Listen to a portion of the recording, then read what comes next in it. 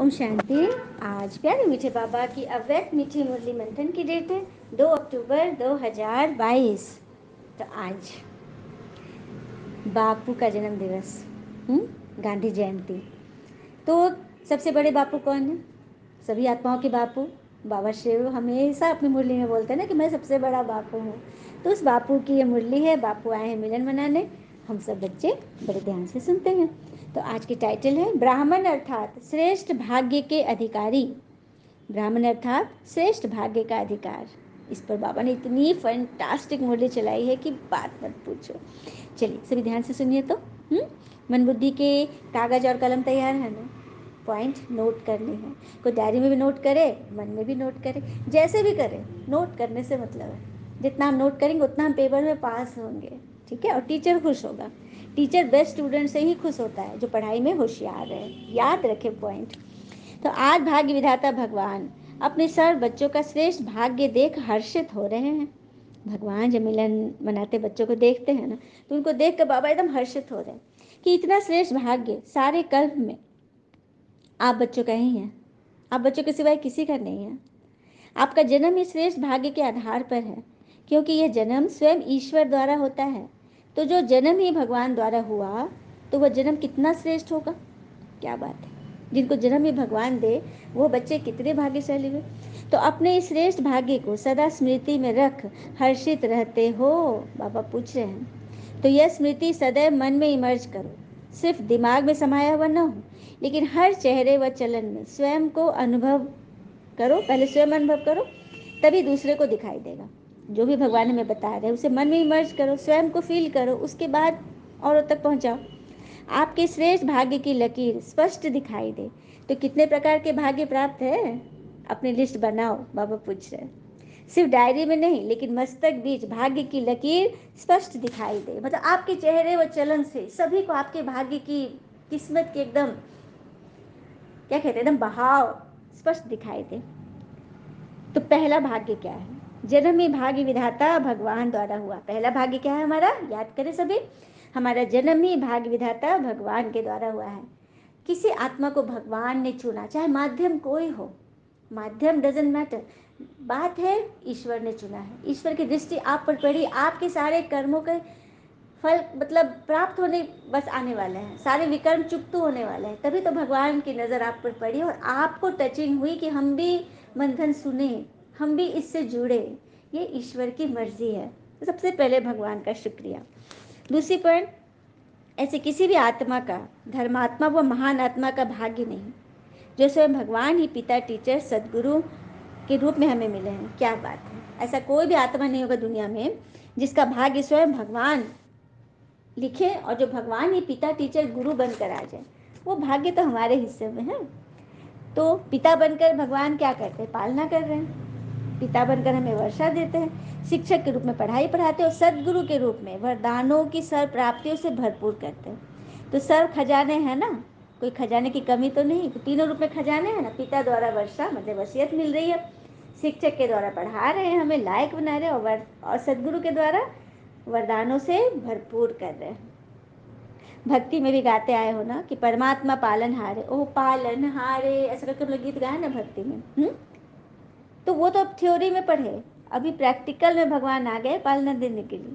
तो आप परमात्मा प्यार की पालना में पल रहे हो ना। ये मुरली क्या है? उनकी पालना ही तो है, जिस झूले में हम झूल रहे हैं। परमात्मा श्रीमत ही पालना है, जो कि सिर्फ अभी ही प्राप्त है, सतयुग में नहीं होगी। क्या बात है! संगम युग की तुलना भगवान सतयुग से भी श्रेष्ठ बोलते हैं, क्योंकि सतयुग में, आगे देखिए, सतयुग में देवात्माओं की पालना में रहेंगे और यहाँ संगम युग में परमात्मा की पालना में है। क्या बात है! देवात्मा तो देवी देवताओं की पालना में रहेंगे, लेकिन यहाँ संगम युग में भगवान हमको पाल रहे हैं, चला रहे हैं। तो इतना नशा रहता है कि कभी मर्ज हो जाता है, कभी इमर्ज हो जाता है। मर्ज मतलब कभी दब जाता है और कभी इमर्ज मतलब जग जाता है। ऐसा तो नहीं टिमटिमाता हुआ हम घर में बल्ब जला रहे हैं, कभी ऑन कभी ऑफ, कभी ऑन कभी ऑफ। अच्छा लगेगा? बंद कर देंगे हम सीधे। अच्छा नहीं लगेगा, दिमाग खराब, आँख खराब हो जाएगा, बुद्धि खराब हो जाएगी। तो भगवान की बुद्धि बिल्कुल उलट जाती है जब हम बच्चे कभी ऑन कभी ऑफ, कभी स्मृति कभी विस्मृति, कभी भूल है, भूल के चक्र में जब घुसे रहते हैं ना, तो बाबा को भी अच्छा नहीं लगता है। तो ये बाबा बोल रहे हैं, मैंने तुम्हें अपनी पालना में रखा, अपनी छत्र छाया में रखा है, फिर भी तुम्हारा नशा कभी रहता है कभी नहीं रहता है। तो ये पढ़ाई कितनी श्रेष्ठ है, और पढ़ाने वाला कितना ऊंचा ते ऊंचा। क्या बात है, ईश्वरीय पढ़ाई, और पढ़ाने वाले स्वयं भगवान बैठ पढ़ा रहे हैं।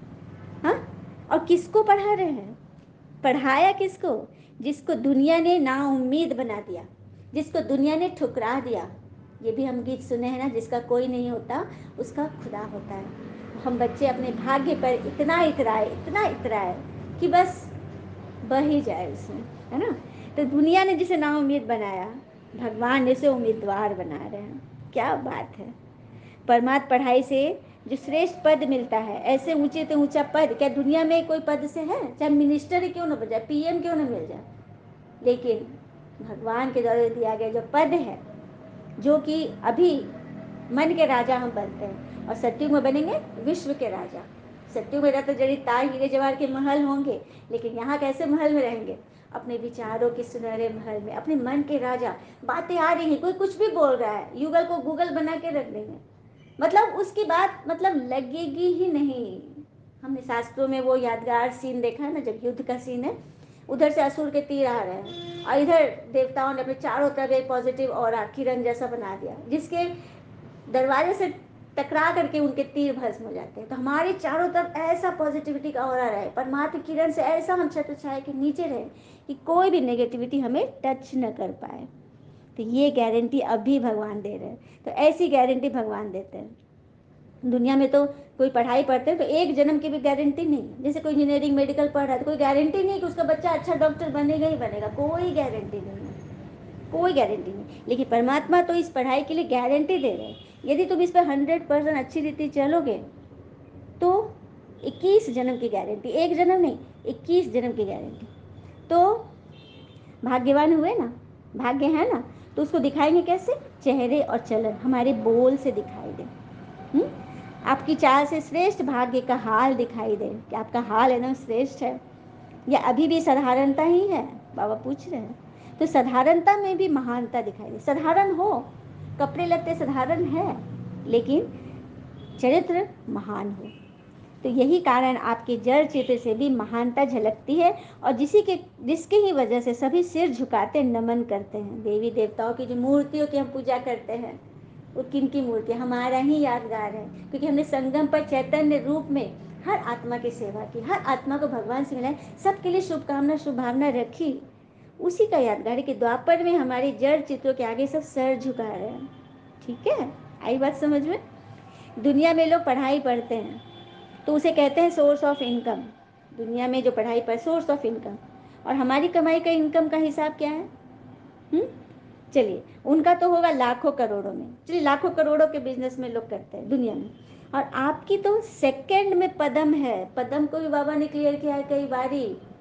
1000 के बाद होता है 100 के बाद 1000, 1000 के बाद लाख, लाख के बाद करोड़, करोड़ के बाद अरब, अरब के बाद खरब, खरब के बाद शंख, शंख के बाद महाशंख, नील, महानील, उसके बाद होता है पदम। आइए समझ में, कितने कितने स्टेजेस पार करके हम पदम तक पहुंचते हैं। और बाबा कहते हैं आपके एक सेकंड में पदम है। तो सारे दिन में कितने सेकंड हम जमा करिए, सारे दिन में कितना पॉजिटिव रहे, कितना हम बाबा की याद में रहे। तो सारे दिन में कितना पदम कमाया और जमा किया, ये हमारे हाथ में है ना। तो ऐसे कभी नहीं कहना कि बन तो रहे हैं, चल तो रहे हैं, हो जाएगा। तो ये बोल किसके हैं? क्या ये श्रेष्ठ भाग्यवान आत्मा के बोल हैं? बाबा पूछ रहे हैं, जवाब दीजिए सभी। ऐसे बोल बोलते हैं कि चल रहे हैं, हो जाएगा, कर लेंगे।